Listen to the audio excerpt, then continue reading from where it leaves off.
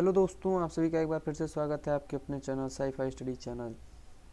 आज current affair से related कुछ नए टॉपिक पे हम बात करने वाले हैं। तो आज की तारीख है 28 जनवरी। तो 28 जनवरी से जो भी मोस्ट इम्पॉर्टेंट क्वेश्चन बन सकते हैं वो हमने लिया है। चलिए वीडियो को स्टार्ट करते हैं और देखते हैं। अंतर्राष्ट्रीय मुद्रा कोष IMF ने वर्ष 2021 में भारत की आर्थिक व्यवस्था वृद्धि निम्न से कितने प्रतिशत रहने का अनुमान लगाया है?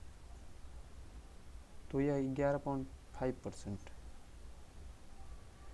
11.5% रहने का अनुमान लगाया है। यह आर्थिक वृद्धि है हमारे देश की 2021 में। हो सकता है ऐसा अनुमान लगाया है। ठीक है, चलिए अगले क्वेश्चन की तरफ बढ़ते हैं। जापान के किस पूर्व प्रधानमंत्री को भारत सरकार द्वारा देश के दूसरे सर्वोच्च नागरिक पुरस्कार पद्म विभूषण से सम्मानित किया गया है? तो यह सम्मान दिया गया है शिंजो अबे को। शिंजो अबे जो कि जापान के पूर्व प्रधानमंत्री रह चुके हैं। एक चीज़ समझ लीजिएगा, पद्म विभूषण और पद्म भूषण और पद्म श्री ये तीन होते हैं, और इस बार पद्म विभूषण, पद्म श्री और पद्म भूषण ये तीन 119 ऐसे मतलब अवार्ड दिए जाने वाले हैं देश में। ठीक है, हमारे भारत सरकार द्वारा। तो जिसमें से 7 आपके पद्म विभूषण होंगे और 10 पद्म भूषण होंगे और 102 जो कि आपके पद्म श्री होंगे। ठीक है, शिंजो अबे ये जापान के पूर्व प्रधानमंत्री रह चुके हैं। जापान की बात है तो जापान की कैपिटल क्या है? टोक्यो। वहाँ की भाषा है जापानीज़। और इस समय जो करंट में वहाँ के वो हैं PM वो हैं योशिहिदो सुगा। ठीक है, और वहाँ की करेंसी क्या है? जापानीज़ येन। ठीक है ना, तो इतना आप जापान से रिलेटेड याद रखेंगे। चलिए अगले क्वेश्चन की तरफ बढ़ते हैं। सुप्रीम कोर्ट के कॉलेजियम ने जस्टिस PV संजय को किस हाई कोर्ट का चीफ जस्टिस बनाने को प्रस्ताव को मंजूरी दे दी है? संजय कुमार को। तो यह मणिपुर आपका ऑप्शन जो नंबर जो पहला है, मणिपुर का इन्हें जस्टिस बनाने का वो दे दिया है, मंजूरी दे दी है। बात करते हैं मणिपुर की, तो इसकी कैपिटल क्या है? इम्फाल। ठीक है, यहाँ की गवर्नर कौन है? नजमा हेमतुल्लाह। ठीक है, और CM कौन है? बीरन सिंह। ठीक है ना, तो इतना आप मणिपुर से याद रखेंगे। चलिए आगे बढ़ते हैं। हाल ही में भारतीय फुटबॉल टीम के किस पूर्व गोलकीपर का 44 वर्ष की उम्र में ही निधन हो गया है? मतलब कि 44 साल के थे और इनका निधन हो गया है। तो यह प्रशांत डोरा थे। ठीक है, प्रशांत डोरा, इनका 44 साल में ही निधन हो गया है।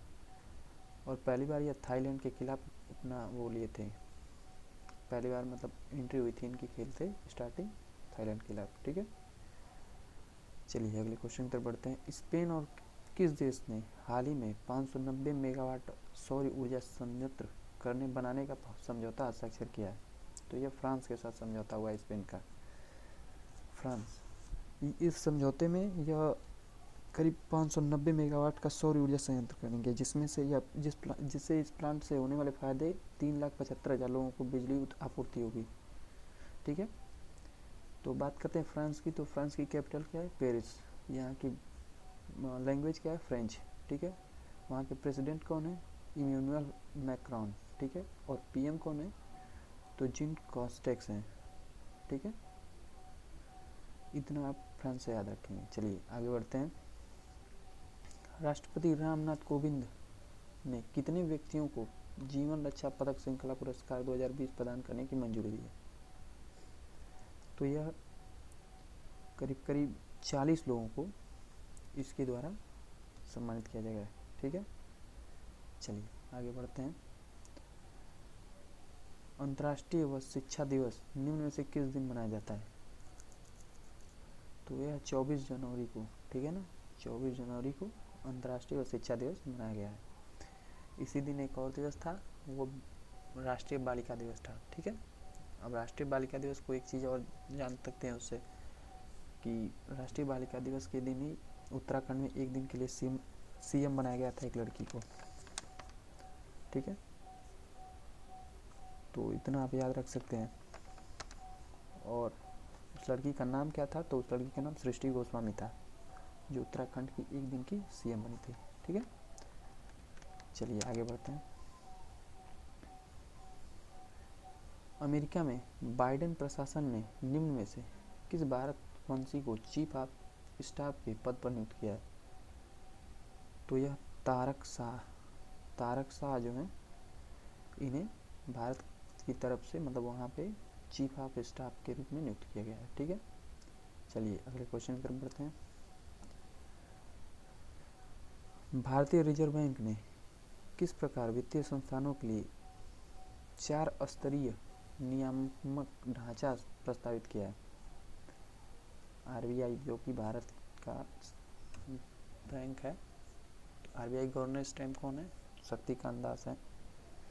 ठीक है, तो यह NBFCS, यह एक non banking financial institute company है, मतलब जिसके द्वारा यह आरबीआई करवाएगी। ठीक है ना, यह प्रस्तावित किया है। ओके, चलिए अगले क्वेश्चन की तरफ बढ़ते हैं। तोशिल राष्ट्रीय शिल्प मेला जो कि हाल ही में समाचार बना रहा था, किस राज्य केंद्र शासित प्रदेश में आयोजित किया गया था? तो यह उड़ीसा में। ठीक है, यह उड़ीसा में स्थापित मतलब फिल्म मेला, शिल्प मेला लगाया गया था। ठीक है, बात करते हैं उड़ीसा की। तो उड़ीसा को तो आप लोग जानते हैं, यहाँ पे सूर्य कोणार्क मंदिर है। ठीक है, यहाँ की कैपिटल क्या है? तो भुवनेश्वर है। और उड़ीसा की भाषा क्या है? तो उड़िया है। राज्यपाल कौन है? गणेशी लाल। सीएम कौन है? नवीन पटनायक। ठीक है, वहाँ का 2 नेशनल पार्क बहुत ही फेमस है, एक गहीर माथा, दूसरा सिमलीपाल उत्तराखंड का है। ठीक है,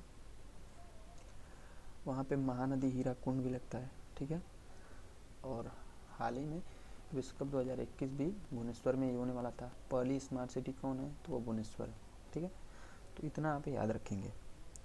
ओके तो फ्रेंड्स, तो इसी के साथ हमारा वीडियो समाप्त होता है। और आप सभी से रिक्वेस्ट है, अगर वीडियो पसंद आए तो अपने दोस्तों के साथ जरूर शेयर करिए और हमारे चैनल को सब्सक्राइब कर लीजिए और बेल आइकन को प्रेस कर लीजिए, जिससे हमारा वीडियो अपलोड होते ही नए वीडियो को आप तुरंत देख सकते हैं, मतलब नोटिफिकेशन आपको चला जाएगा। सो प्लीज़ वीडियो को लाइक शेयर कमेंट करिए। मिलते हैं फ्रेंड्स अगले वीडियो में। Okay bye.